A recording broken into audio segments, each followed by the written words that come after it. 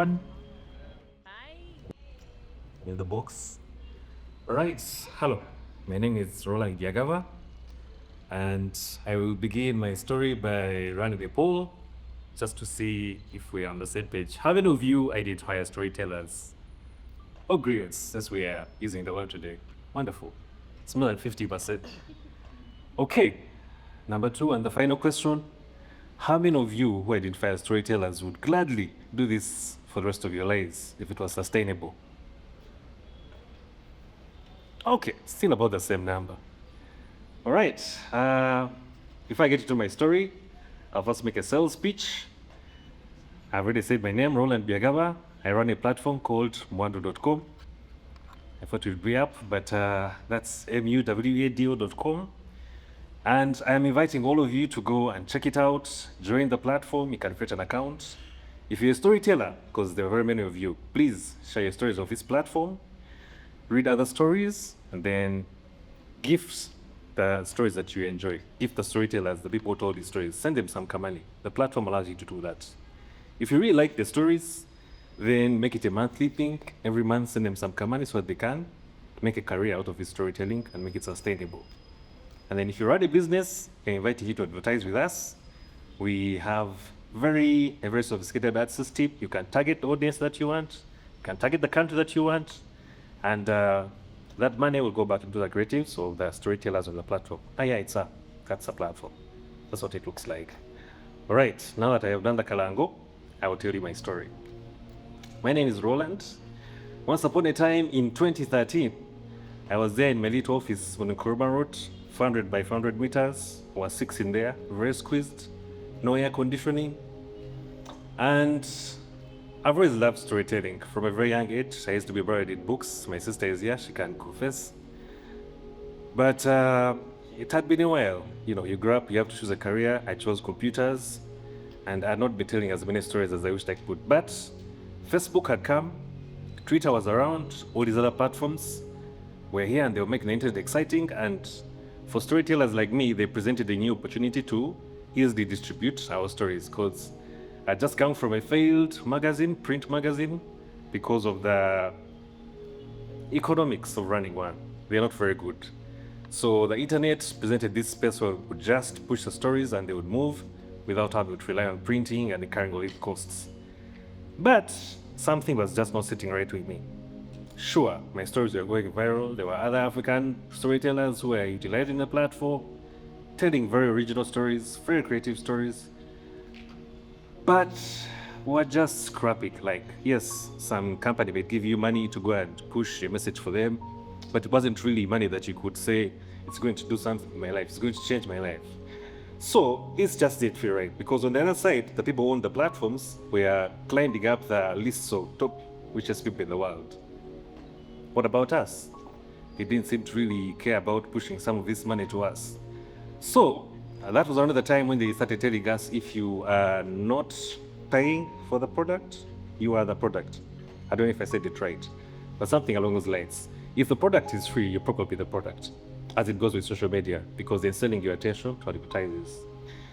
I was like, nah, I do not want to be products. I want to be in charge of my stories. If I'm going to practice prostitution, I want to control the parameters of this selling of myself. So I left Facebook and all the platforms and created Muwado. Muwado was going to be this space for me to develop as a storyteller, have control of the finances, you know, the money that came out of the thing, and all the attention would come to my place for my stories. You know, the Facebook should be okay. So I did it. I was young, I was doing everything that came to mind, I had the energy, and I was very, excited. So I put up the platform. I was in IT, so I built it, didn't need to spend much, and I started writing.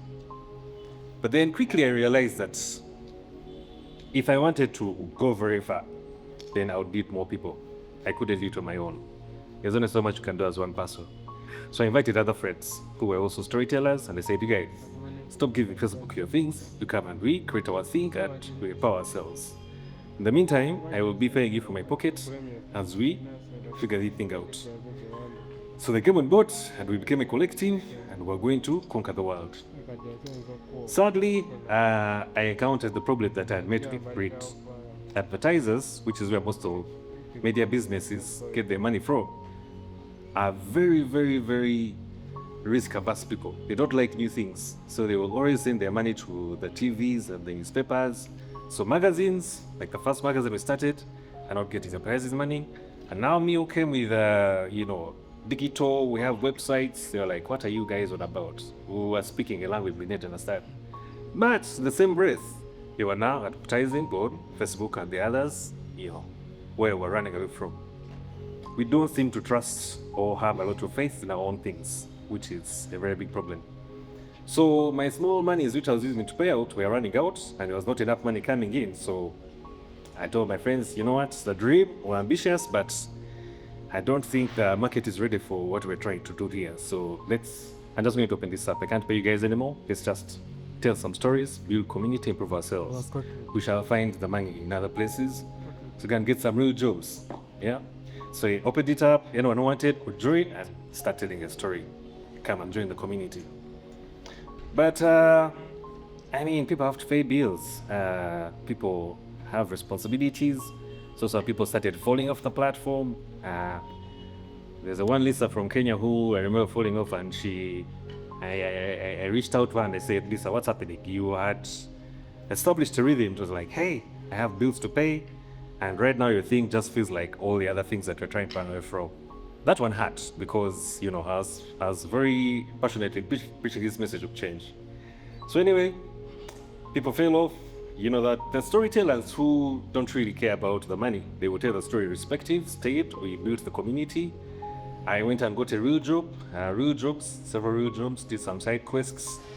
And I feel like I started believing the doubters. They were go, I told about my dream, and they were like, Ish, are you the one to take on, these big institutions? You have no resources, you're just a big-headed African.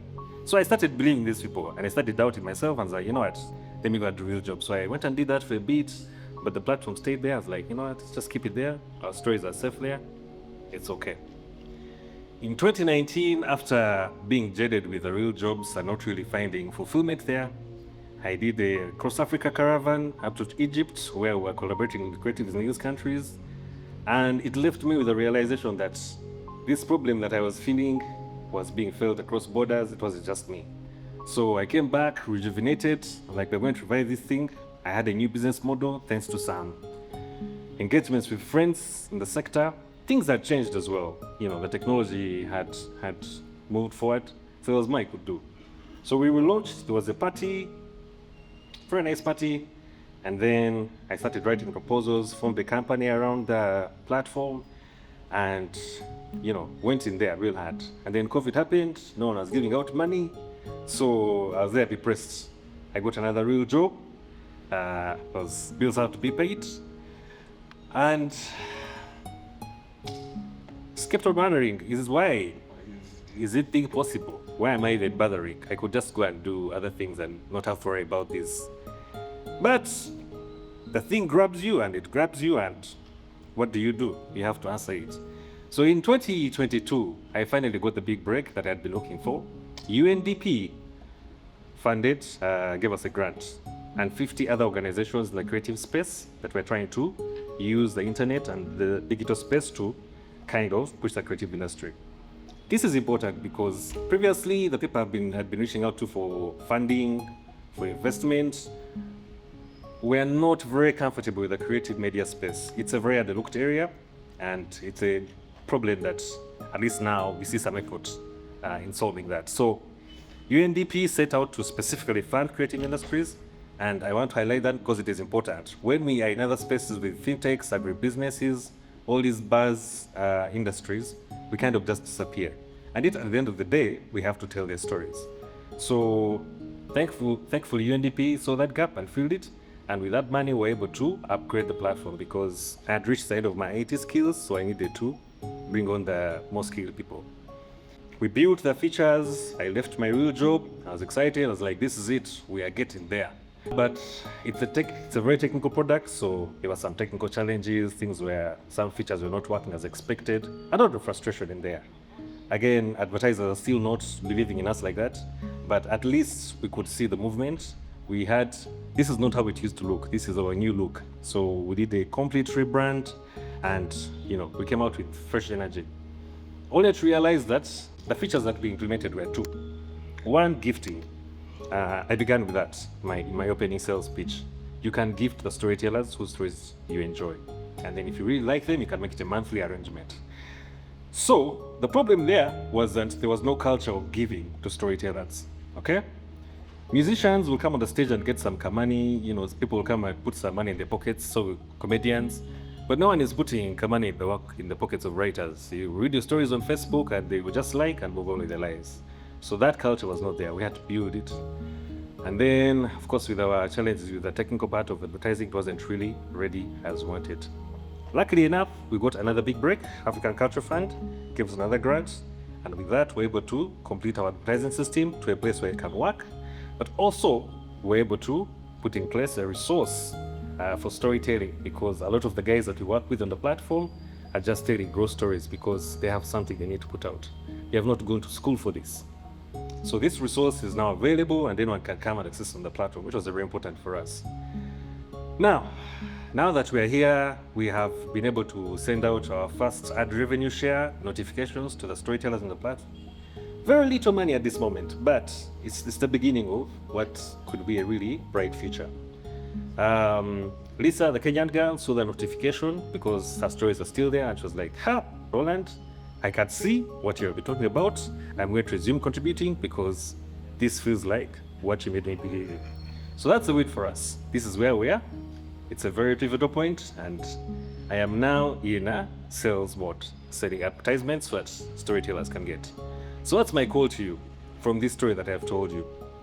One, we need to own these platforms. We cannot leave the people in the West to keep our stories for us, store them, when they don't have our interests at heart. So we need to own these platforms and we need to support them. So there is me, there's Muwado, there is Semabox, that's a platform in Kenya for podcasters. There is Wowzy, I think also from Kenya, that puts money directly in the hands of influencers and gets them good deals and they would get by themselves. There is there's Leo Africa with the Grants. Very wonderful platform, platforming storytellers. It would be nice, it's very nice that CAS has put money into this, but I'm sure they have German storytellers they want to support. So we need more of ourselves supporting these platforms. Even MCI, which is also a co-sponsor of this, has a wonderful channel called Switch, where young people are telling excellent stories and doing very good journalism. But Abbas will tell you, advertisers are also not yet giving them the ads they want. It's a problem. So my call to you is support our storytellers. If you like a story, reach out in the DM, tell them what's your mobile money number, send them like a 10K, make it a culture, and tell your people to do the same. Invest in creative enterprises, fund creative enterprises, and support in any way that you can, because our stories are important, and without supporting our storytellers, then they kind of just disappear into the great beyond. So that's my that's my conclusion. Support us. If not us, then who? If not now, then when? And please come through from Muwado. Thank you.